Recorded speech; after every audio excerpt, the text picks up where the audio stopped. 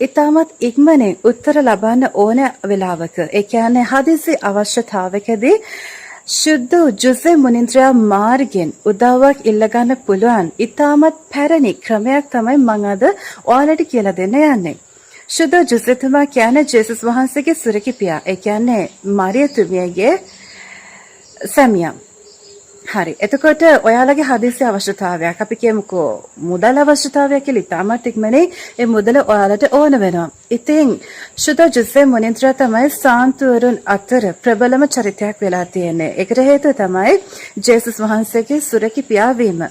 ඉතින් මේ ක්‍රමය අනුව නමෝ මරිය 7 කියලා තමයි කියන්නේ ශුද්ධ ජුස්සේ මුනින්ද්‍රයාට පුදන නමෝ මරිය 7 කියලා තමයි පරණ කාලේ පුද්ගලයන් මේ භක්ති අභ්‍යාසය හැඳින්වුවේ. එතකොට ඒක මෙහෙමයි. ස්වර්ගයේ වැඩ සිටින එකක් කියනවා නමෝ මරියා කියනවා පිතා පුත්‍රයා දානවා. නැවත ස්වර්ගයේ වැඩ සිටින කියනවා නමෝ මරියා කියනවා පිතා පුත්‍රයා දානවා. ඔන්න ඔය විදිහට 7 වරක් කියන්න ඕනේ. අපි පටන් ගමු.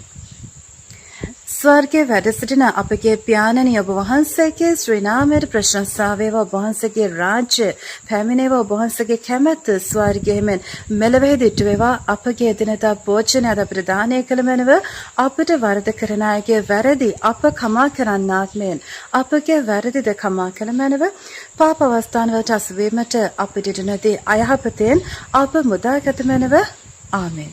එහෙම කියලා ඊළඟට කියනවා නමෝ මරිය යාඥාව. නමෝ මරියනේ ප්‍රිය ප්‍රසාද පුණ්‍යවන්තයනි ස්වාමීන් වහන්සේ නුඹ කෙරෙහිය ශ්‍රීනාථරේන ආශිර්වාදලාදී නුඹ වහන්සේය ඔබගේ ශ්‍රී කුසෙහි ඵලයන් ජේසුස් ආශිර්වාද ලද්දාහුමය. සාන්ත මරියනේ දෙව මෑණියනේ පාපය අපෝදෙසා දැනුත් අපේ මරණ වේලේදී යාඥා කළ මැනව ආමෙන් ජේසු. ඊළඟට පිතා පුත්‍රයා ඒ කියන්නේ කුරුස සලකුණු කිරීම. සාමාන්‍ය කුරුස සලකුණු කරද්දී අපි දකුණු අත භාවිත කරන්නේ මේ මගේ දකුණු අත. ඔයගලන්ට කැමරා එකෙන් පේන්නේ මේ මගේ වම් අත කියලා වෙන්නේ නැති. නමුත් මේ මගේ දකුණු අත. එතකොට වම් අත මෙන්න මේ ආකාරයෙන් තියාගන්නවා.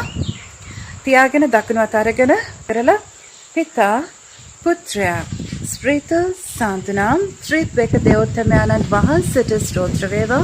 ආදි වාග්මය දැනුත් නිතිපතත් අනන්ත කාලයක් වේවා ආමෙන් ජේසු. මෙන්න මේ විදිහට ඉවර කරනවා. ඔන්න අපි එකක් කරා. ඊළඟට ආයි පාරක් ස්වර්ගයේ වැඩ සිටින පටන් ගන්නවා අර විදිහටම නමෝ මරිය යාඥාව කියනවා. පිතා පුත්‍රයා සලකුණු කරන ඔයාලගේ මේ දකුණු අත මගේ දකුණු අතේ පිතා පුත්‍රයා අර කියපු විදිහට සලකුණු කරනවා. එතකොට ඒ අපේ දෙවෙනි වටේ තුන්වෙනි වටේට යනවා ස්වර්ගයේ වැඩ සිටින කියනවා. ඊළඟට නමෝ මරිය යාඥාව කියනවා. නැවත පිතා පුත්‍රයා සලකුණු කරනවා. ආය හතරවෙනි වටේට යනවා ස්වර්ගයේ වැඩ සිටින කියනවා. නමෝ මරිය කියනවා. පිතා පුත්‍රයා සලකුණු කරනවා. මෙන්න මේ වගේ 7 වතාවක් කරලා කියන්න ඕන ශුද්ධ ජුස්සේ මුනින්ද්‍රයනි මගේ මේ ඉල්ලීම ජේසුගෙන් මට ඉල්ලලා දෙන මැනව. ඊටමත් විශ්වාසයෙන් කියන්න ඕන 100% ඔයාලගේ විශ්වාසය තියෙනවා. මම ගොඩාක් වෙලාවට ඔයාලට කියන දෙයක් තමයි අපේ ඉල්ලීම් ඉෂ්ට වෙන්න නම් අප සතු යම්කිසි ගුණාංග කිහිපයක් තියෙනවා. පළවෙනි එක තමයි අපි පාපයන්ට අපි කරපු දැන හෝ නොදැන කරපු පාපයන්ට අවංක මනස්තාපයට යන්න ඕනේ. කියන්නේ අපි දැනගෙන කරපු පව් සිහිපත් කරනවා. ඒ වගේම අපි නොදැන කරපු පව් ඇත්තට අපි දන්නේ නැතුව අපි පව් අනිවාර්යෙන් කරනවා. ඒ වට ජේසුට කියන අනේ ජේසුනේ මට සමා වෙන්න.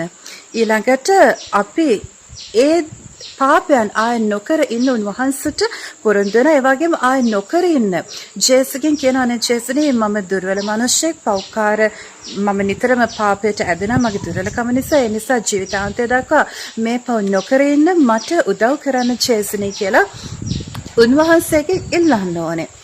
ඒ ඉල්ලලා ඔයාලා පවිත්‍ර වෙන්න ඕනේ. ඔයාලගේ පවිත්‍රකම ඔයාලගේ ඉල්ලීම් ලබා ගැනීමට ප්‍රධානතම සුදුසුකම වෙනවා. ඊළඟට තමයි අපි ඉල්ලන ඉල්ලීම අපිට සුදුසු නම්. ඒ කියන්නේ අපි ඉල්ලන ඉල්ලීම මගින් අපිට අනාගතයට අයහපතක් නම් වෙන්නේ ජේසු එක අපිට දෙන්නේ නැහැ. අපිට යහපතක් වෙන ඉල්ලීමක් වෙන්න ඕනේ. තුන්වෙනි කාරණය තමයි සමහර වෙලාවට අපි ඉල්ලන ඉල්ලීම මේ මොහොතේ අපිට ලැබීමට සුදුසු කාලය නෙවෙයි.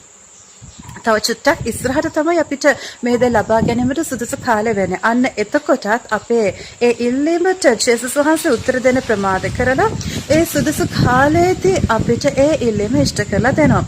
මෙන්න මේ සුදුසුකම් මත තමයි අපේ ඉල්ලීමකට උත්තර ලැබෙන්නේ. ඒ වගේම තව පුංචි හේතුත් තියෙනවා. සමහර වෙලාවට මම කියන්නම් අපිට යම්කිසි බන්ධනයකට අපි අහු වෙලා තියෙනවා නම් යක්ෂ බැල්මකට මොකක් හරි යක්ෂයාගේ මේ ඒ කියන්නේ යක්ෂයාගේ බලපෑමකට අපි ගොදුරු වෙලා තියෙනවා නම් විශේෂයෙන්ම අපි කියනවාට හූනියන් වගේ දේවල් වලට ගොදුරු වෙලා තියෙනවා නම් අන්න එතනදිත් අපිට අපේ ඉල්ලීමට උත්තර ලබා ගන්න අමාරු. ඒ කියන්නේ අපේ ඉල්ලීම ජේසුට ඇහෙනවා.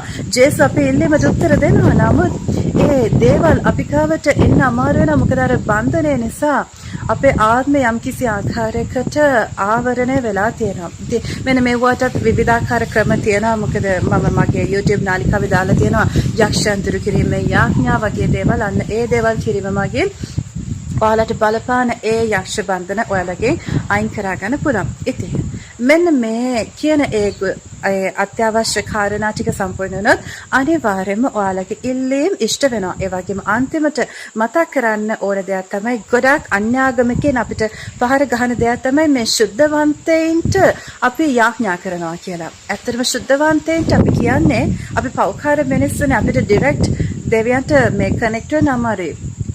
අපේ පෞකාරකම නිසාන්න එතකොට අපි කියන ශුද්ධවන්තයන්ට අනේ අපි වෙනුවෙන් යාඥා කරන්න. අපි වෙනුවෙන් යාඥා කළ අපිට මේ දේ ඉල්ලලා දෙන්න. එහෙම නැතුව අපි ශුද්ධවන්තයන්ට වන්දනාමාන කිරීමක් නෙමෙයි රෝමානු කතෝලිකයෝ විදිහට කරන්නේ. ඒකට හොඳම උදාහරණය තමයි දැන් අපි අඳුරන කෙනෙක් අපේ දෙමව්පියෝ හෝ අපි අඳුරන කෙනෙක් හෝ හම්බුනහම අපි කියනවානේ අපි කරදරයක නම් ඉන්නේ අනේ මං වෙන යාඥා කරන්න කියලා. අන්න ඒ දේම තමයි අපි ශුද්ධවන්තය හරහා කියන්නේ. අපි ශුද්ධවන්තයන්ට කියනවා අනේ මං වෙන යාඥා කරන්න. අර අපි මිනිස්සුන්ගෙන් ඉල්ලන යාඥා ඉල්ලේ වගේම ශුද්ධවන්තයන්ටත් කියනවා අනේ අපි වෙන යාඥා කරන්න කියලා. ඔන්න ඕක තමයි ශුද්ධවන්තය හරහා අපි දේවල් දෙවියන් වහන්සේගෙන් ඉල්ල ගැනීම කියලා කියන්නේ. හරි එහෙමනම් මම ඔයාලට ගොඩක් ආදරෙන් මේ වීඩියෝ එකේදීත් ආරාධනා කරනවා ඔයාලගේ ඕනම ඉල්ලීමකට චූටි ඉල්ලීමක් වෙන්න පුළුවන් ලොකු ඉල්ලීමක් වෙන්න පුළුවන් ඒ ඉල්ලීම ප්‍රමාණය අදාළ නැහැ නමුත් ජේසු කැමති හැම දෙයක්ම ඔයාලා ගිහලා උන්වහන්සේගෙන් ඉල්ලනවා නම් උන්වහන්සේට පුළුවන් තරම් කරදර කර ඉල්ලනවා නම් තමයි ජේසු කැමති. ඒක නිසා ඔයාලට අවශ්‍ය කරන හැම දෙයක්ම උන්වහන්සේගෙන් ඉල්ල ගන්න. ජේසු පිටයි